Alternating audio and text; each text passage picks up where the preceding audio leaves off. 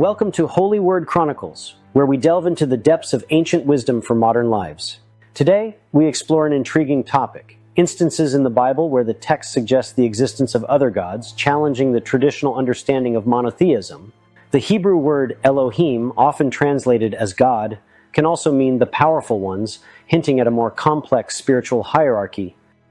Elohim, the plural form of the word Elohim, that broke me out of my old world of narrow Christian orthodoxy to a point of view from which I can see that the Bible is not a book about God in the way I thought it was, but it is actually representative of a kaleidoscope of entities from the beginning of the Hebrew canon to the very end. Now, the word Elohim is the Bible's oldest word that gets translated as God, but as Mado has pointed out, it is a masculine plural form that takes plural verb forms.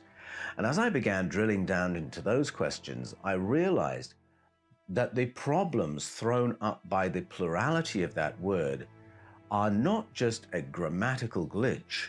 They represent an earlier form of the story in which Elohim was understood to represent a diversity of beings. There is a body in the Hebrew canon referred to as the Sky Council, in which a number of Elohim sit in council together.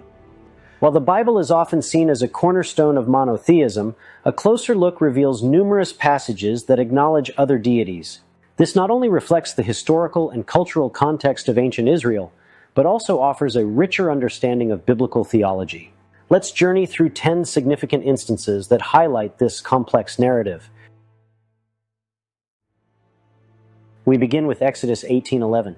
Jethro, Moses' father-in-law, declares, "Now I know that the Lord is greater than all other gods, for he did this to those who had treated Israel arrogantly." This statement comes after Jethro witnesses the miraculous works of Yahweh. His declaration acknowledges the presence of other deities, implicitly recognized by the cultures surrounding Israel.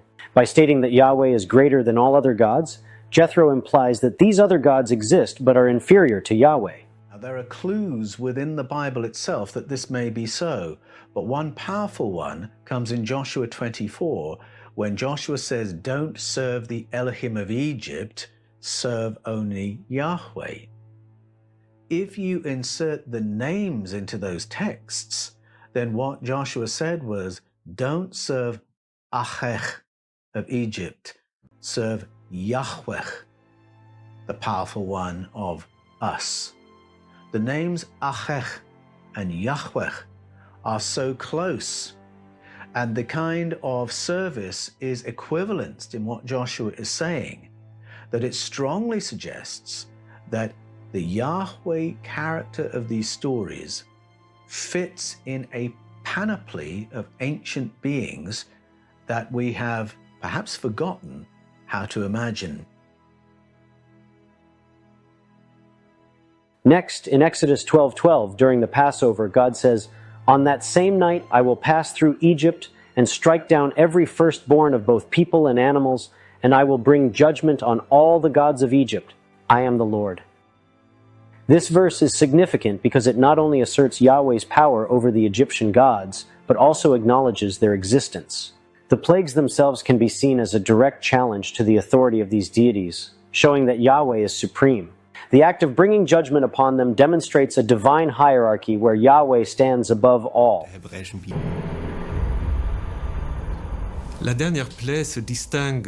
last plague is very different from the others. It isn't linked to natural phenomena.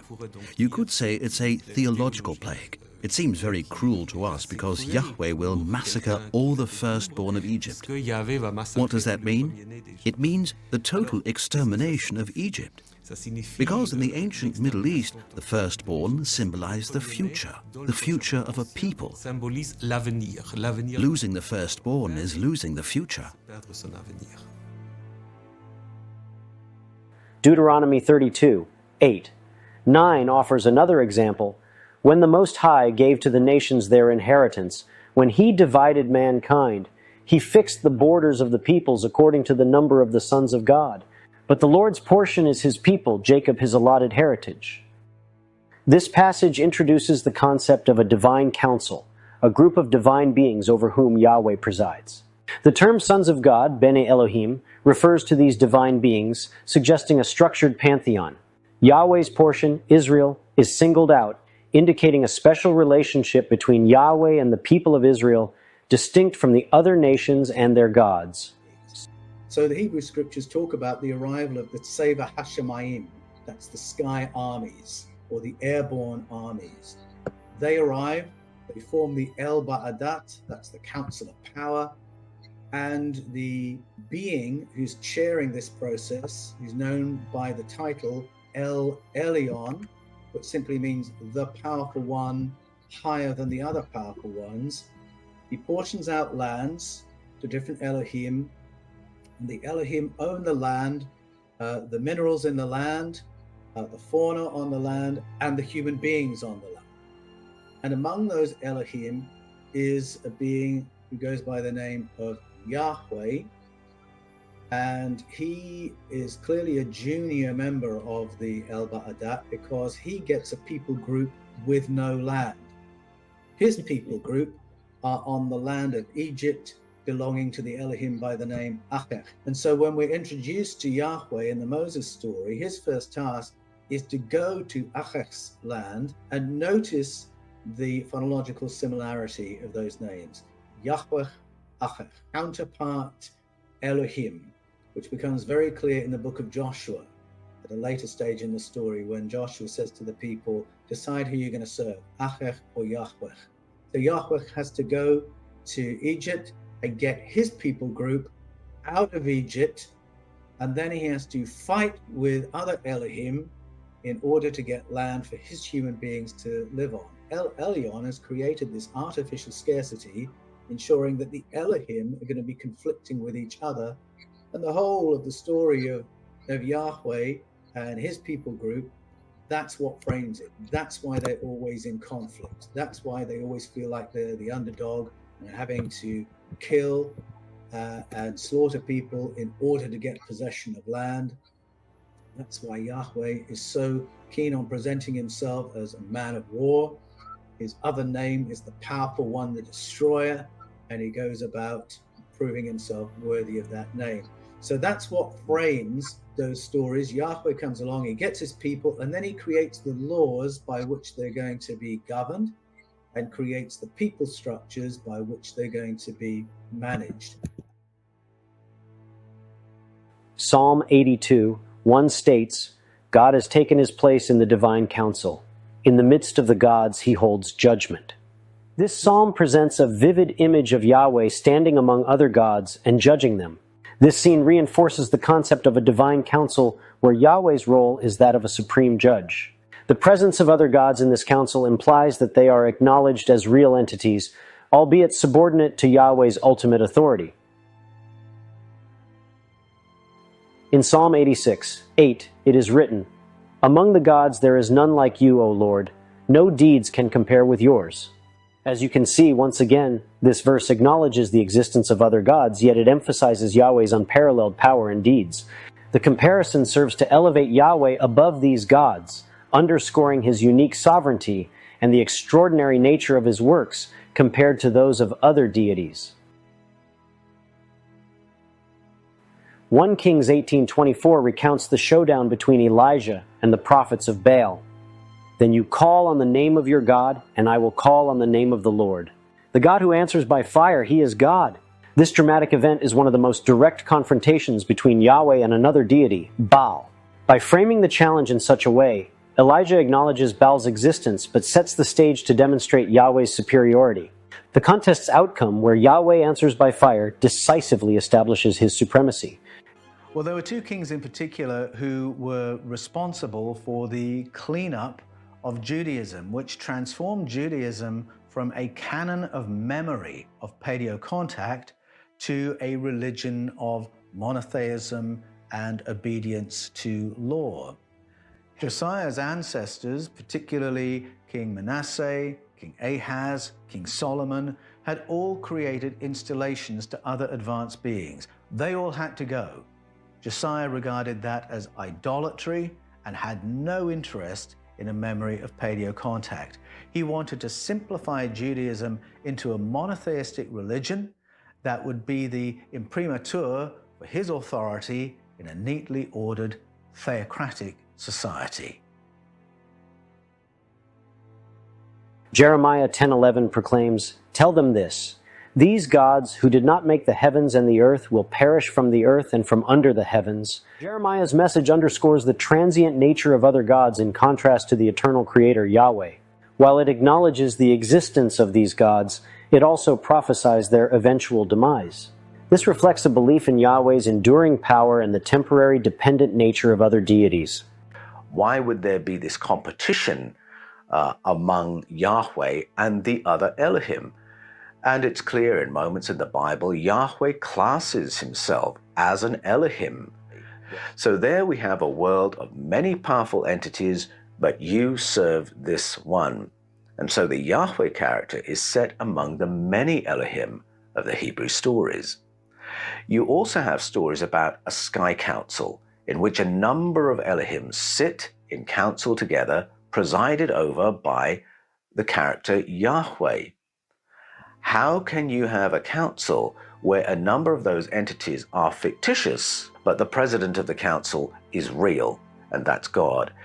That's not quite coherent. We have to realize there is an earlier form of the stories prior to the 7th to 6th century BCE edit, and the original form is a world in which there are many Elohim, many powerful ones, all presiding over their own respective human colonies. Judges 11:24 features Jephthah addressing the king of Ammon. "Will you not take what your god Chemosh gives you? Likewise, whatever the Lord our God has given us, we will possess." In this dialogue, Jephthah recognizes Chemosh as the god of the Ammonites, treating him as a real entity with power over his people. This acknowledgement serves to draw a parallel between the Ammonites' deity and Yahweh, each providing for their respective peoples. It highlights the existence of other gods while asserting Yahweh's particular relationship with Israel. There is a moment when the people of Israel are starving in the desert.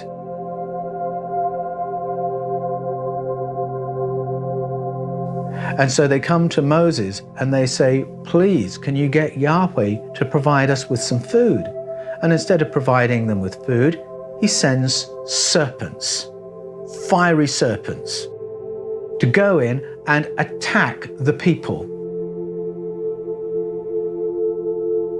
It's a horrible story. The people are starving. Their children are starving. They've asked for food, and Yahweh says, "You're not going to get food. You're going to get serpents. You're going to get snakes. You're going to get dragons. And then you'll learn to worship me." And Jesus says, what father, if their child asks for food, will give them a serpent? Now, that to me suggests he is strongly distancing himself from that vision of Yahweh, that vision or understanding of God. Now, Jesus believed in God, and he had an intimate relationship with God, and the Gospels say he spoke to God as if God were his Father. He spoke to the source as if the source were his Father.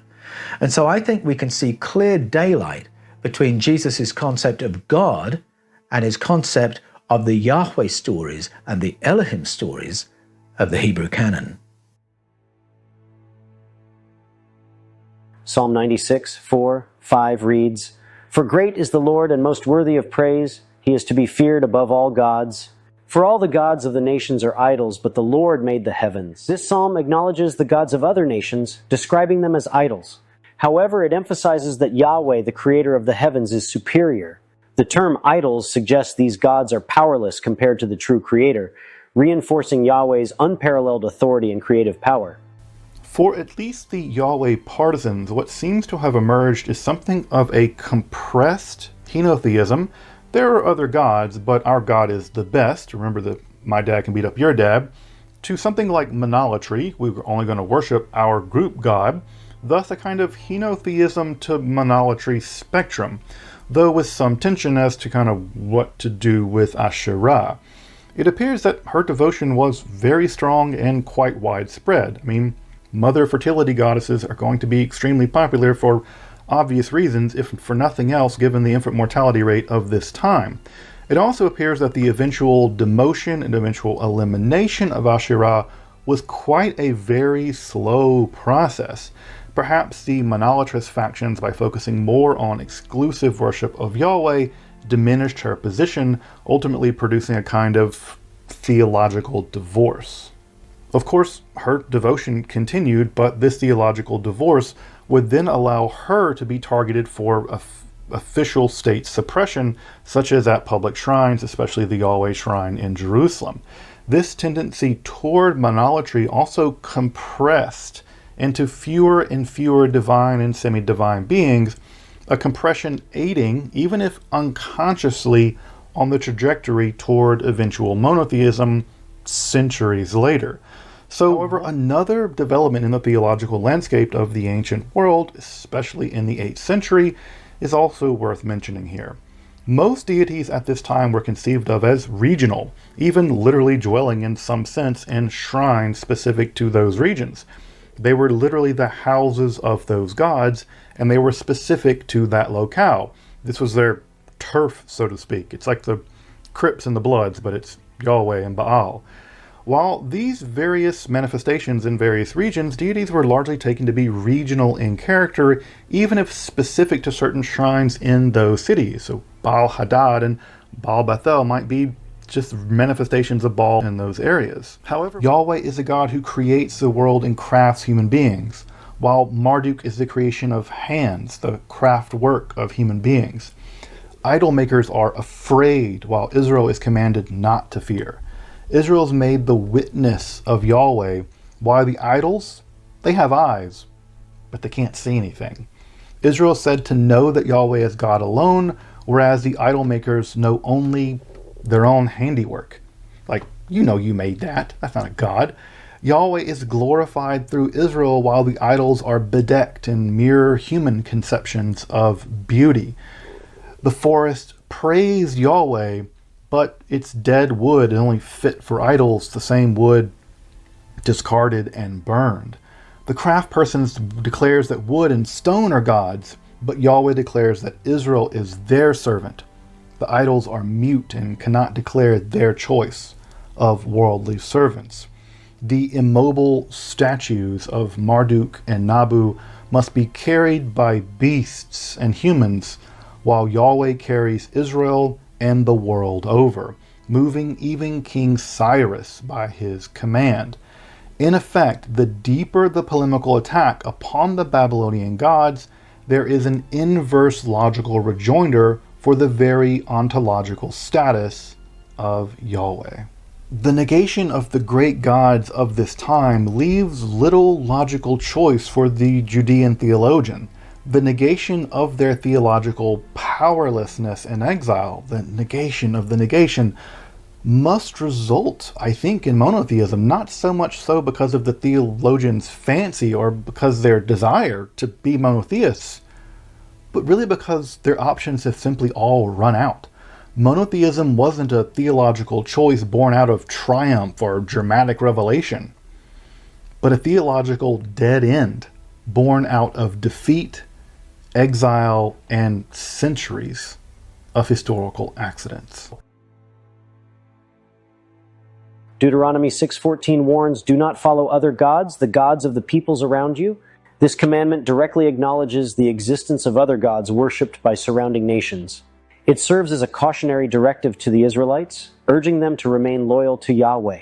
The recognition of these gods underscores the temptation they posed, making the call to exclusive worship of Yahweh more significant.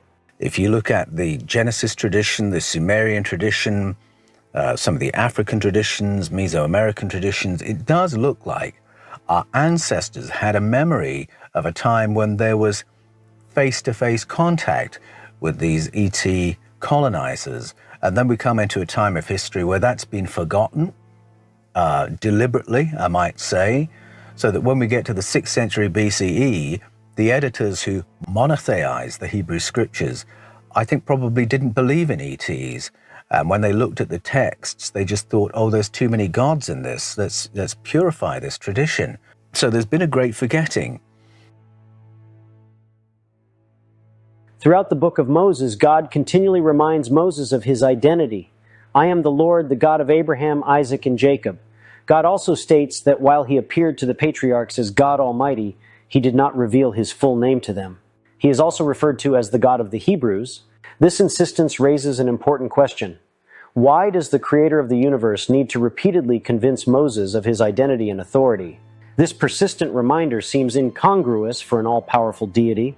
It suggests a struggle for recognition and legitimacy within the narrative, highlighting the competing claims of other gods and the necessity for Yahweh to assert his supremacy continually. When Moses meets the being Yahweh, it's quite clear he has no idea who he is talking to. And when Yahweh gives his name, the name we know as the holy name of God, it's very clear Moses has no idea what this word means. And so it's very much like getting a call on your phone. It says caller unknown. You pick it up, you hear a voice, you don't recognize the voice. And so you say, who am I talking to? That's exactly the moment we catch Moses in with the being Yahweh. But if Yahweh really is the God of his ancestors, the powerful one of his ancestors, isn't it rather odd that Moses doesn't recognize him? Well, at one level, maybe not, because he can't see who he's speaking to. He can hear a voice, he can see a fire, but he can't see who it is. But it is surprising that this name is completely new to him. Further complicating this narrative is God's instruction to Moses in Exodus 4:21. When you return to Egypt, see that you perform before Pharaoh all the wonders I have given you the power to do, but I will harden his heart so that he will not let the people go. This directive seems counterintuitive. Why would Yahweh, who wants to free his people, deliberately harden Pharaoh's heart? This act prolongs the Israelites' suffering and brings devastating plagues upon Egypt. It appears that Yahweh is more interested in demonstrating his power and proving his dominance over the Egyptian gods than in the immediate liberation of his people. This brings into question the nature of divine will and justice, suggesting that the narrative serves a theological purpose of asserting Yahweh's supremacy rather than simply recounting historical events. As we've seen, the Bible acknowledges the existence of other gods multiple times, yet consistently asserts Yahweh's supremacy. However, there's a significant discrepancy between this theological claim and the historical realities faced by Yahweh's chosen people. Despite Yahweh's proclaimed supremacy, the Israelites often found themselves oppressed by nations worshiping other gods. Logically, if Yahweh were truly supreme and his chosen people favored, we might expect the Israelites to dominate other nations. Instead, history records numerous instances of their subjugation and suffering under the rule of those who worshipped other gods. This raises important questions about the nature of divine favor and power. Could it be that the theological narrative of supremacy serves more as an aspirational or ideological statement rather than a reflection of historical reality? These 10 instances highlight the Bible's complex portrayal of monotheism. While advocating exclusive worship of Yahweh, it simultaneously acknowledges the existence of other deities, reflecting the ancient Near Eastern context in which these texts were written. The term Elohim, often translated as God, also means the powerful ones, indicating a broader spiritual hierarchy. Furthermore, the historical discrepancy between Yahweh's proclaimed supremacy and the frequent oppression of his chosen people invites deeper reflection on the nature of divine favor and power. Now, there's a very broad scholarly consensus that the Hebrew canon took its current shape sometime in the 6th century BCE. In the century before, the boy King Josiah had set about reforming Judaism and paring it down into a neat and tidy world of monotheism, with God and the king at the top, and then the high priests, and then the people at the bottom of a nicely ordered religious society. That was Josiah's intent. And then in the 6th century BCE, the redactors set about doing the same reform within the canon of the scriptures themselves, taking this vast library of books and scrolls and doing a scissors and paste edit on them to give them the appearance of a seamless story of God from beginning to end, a story that teaches monotheism. And part of that redaction involved taking the name Yahweh, which by that time was understood to be a name for Almighty God, and pasting it over the whole sequence of stories from beginning to end. And so the redactors import the name Yahweh into much earlier texts and paste it into the old stories of the Elohim. Understanding these nuances enriches our appreciation of the Bible's historical and theological depth. Join us next time on Holy Word Chronicles as we continue to uncover ancient wisdom for our modern lives.